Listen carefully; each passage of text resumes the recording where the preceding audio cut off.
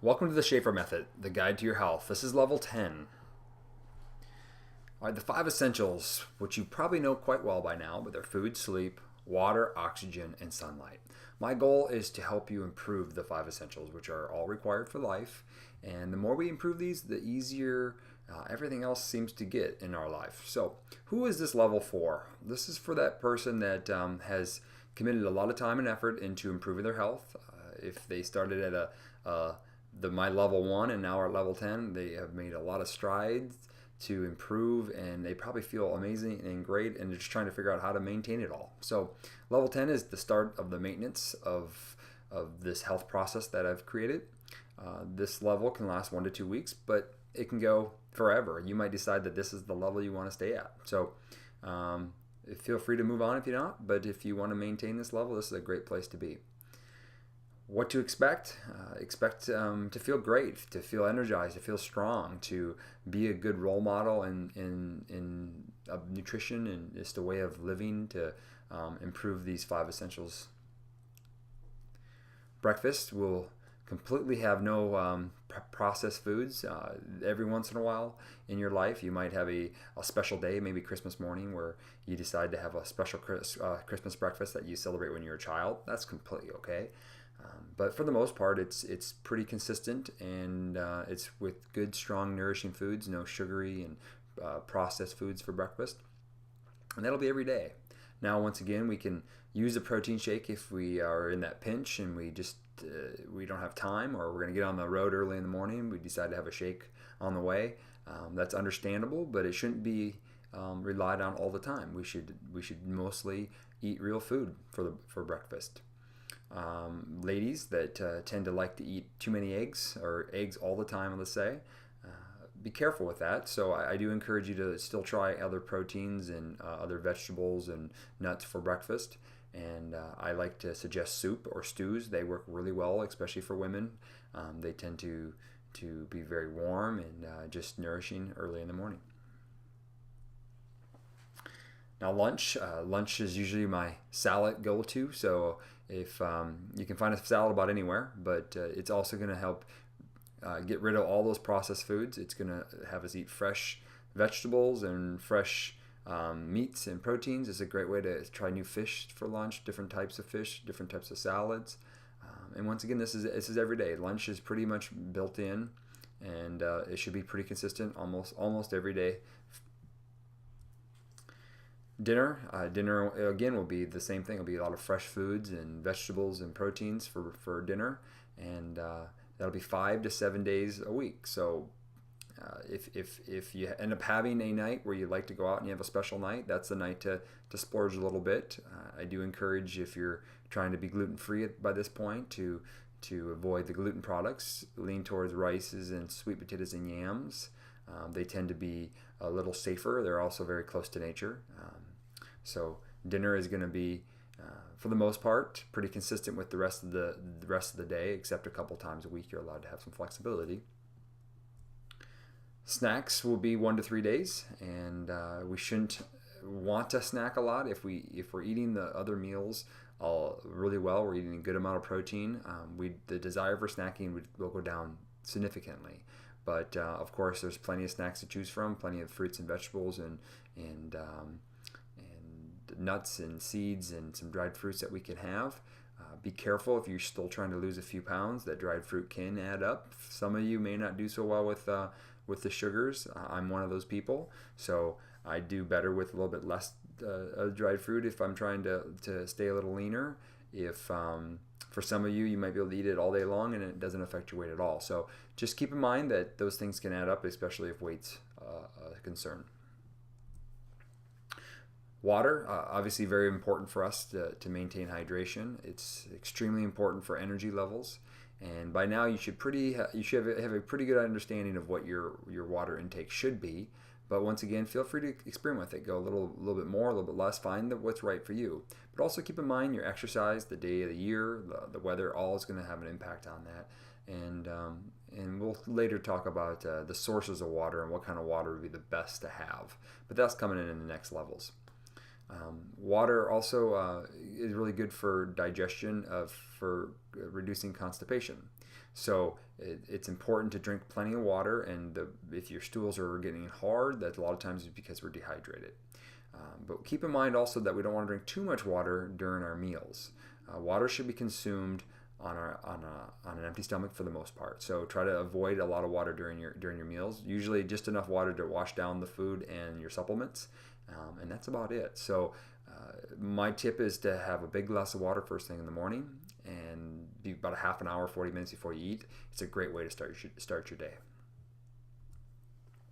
Sleep is something that I cherish a lot, and most people need about 6 to 8 hours a night. It's by now we should be finding out exactly how much you need, and your goal is to keep that number as consistent as possible. As most times, if we go without sleep, it's not good. We don't feel good. We don't feel recovered. So if you're exercising a lot, you're going to need a little bit more sleep. But also keep in mind is if you want to look young and feel young, sleep well and sleep a good amount of time. Most nights, most days, your sleep should be pretty consistent and pretty good. Life's going to happen. I know it's going to get complicated and it's going to interfere, but get back on track as soon as possible. Don't let it start to change you. Okay, so when something happens, try to keep that sleep as good as possible, because it will only help the situation. Now, keep in mind, keep your room dark. Keep the electronics off, especially right before you go to bed. We want to keep that reduced as much as possible so it doesn't mess with our brain and allows our brain to relax. I love Epsom salt for relaxing. I love it for helping people sleep. It's also good for digestion. It helps reduce constipation. So Epsom salt can be a great tool if you are having problems sleeping. We can do that, and it's a good time to just take a moment and breathe and relax and let your body calm down. Oxygen, we're going to really focus here on improving air quality, taking a moment, having some deep breaths, just allowing your body to relax. This is really good also if you are trying to lose weight, because quite often our stress hormones, which is cortisol, is too high for people, and just taking a moment outside typically and having a couple deep breaths, it's very relaxing and it can really help reduce cortisol levels. And so I'm encouraging you all to get outside and take a deep breath. Now, I'm saying outside because for the most part, our air quality outside is going to be better than inside. So if you can get outside to do it, it's just most of the time it's going to be beneficial. Doesn't mean you can't do it inside. It's just often it's going to be better if you can do it outside. Now, if you're getting outside to get in the sunlight that I'm going to suggest next, it shouldn't be a problem to be outside and do a couple deep breaths to relax. Sunlight is our friend. Without it, our planet wouldn't exist. It just makes me smile thinking about it. I'm a big fan of the sun, but we have to also have a little understanding that if you're very fair skin, you don't need as much sun as somebody that has really dark skin. It's kind of ironic, but the person with fair skin can't handle as much sun, and the person with dark skin can handle a lot of sun, and that's actually kind of important, because if you're dark complected and you're not getting enough sun in the winter months, it can really lead to a lot of mood disorders in the winter months. So if you're dark skin, you're going to need a little bit more sun, and if you're light skin, you're not going to need as much. But keep in mind, both dark or light skin people can still burn their skin, so don't overdo it.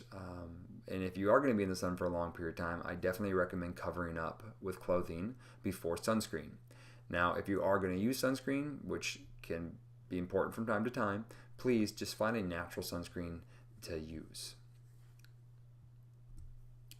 Exercise and activity. So most days of the week you should be exercising or being active. And if it's little as a 10-minute walk, or if it's as much as going to the gym 5 days, 6 days a week, I don't really care. Exercise is not that high on my priority for when it comes to health, but exercise can be very useful to enhance our life. So if you're new to exercise, please just start somewhere. Start moving your body. You will feel better, and ultimately we want to set that bar pretty high in our strength so that we can use it later in life. Also improving our function. So if you're advanced in exercise, now this is the time to really pay attention to the more advanced videos of how I help you improve the function of your body. You want to improve the quality of your movement, not just going to the gym and working out hard, but improving the ability for your joints to work, your knees and your hips and your shoulders, because those things if you work out hard, you could hurt yourself. So let's work out smart first, and then let's start working out hard, and then find the balance in it all. Extra effort. Now, this is a very important extra effort. This is where I find people that get the most frustrated in my process is the variety. They tend to eat the same things over and over and over and over and over again.